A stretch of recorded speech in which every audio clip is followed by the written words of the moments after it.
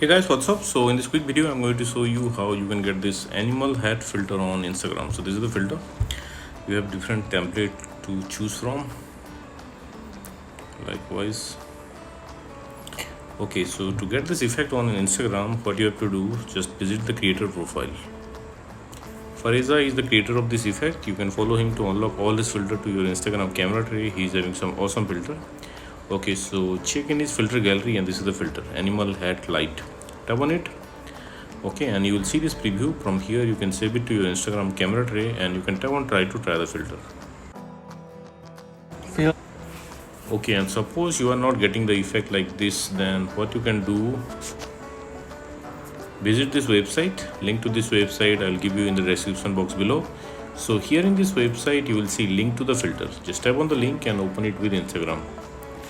Okay, and likewise also you can get this effect on Instagram. So that's it guys, thanks for watching the video. See you in the next video.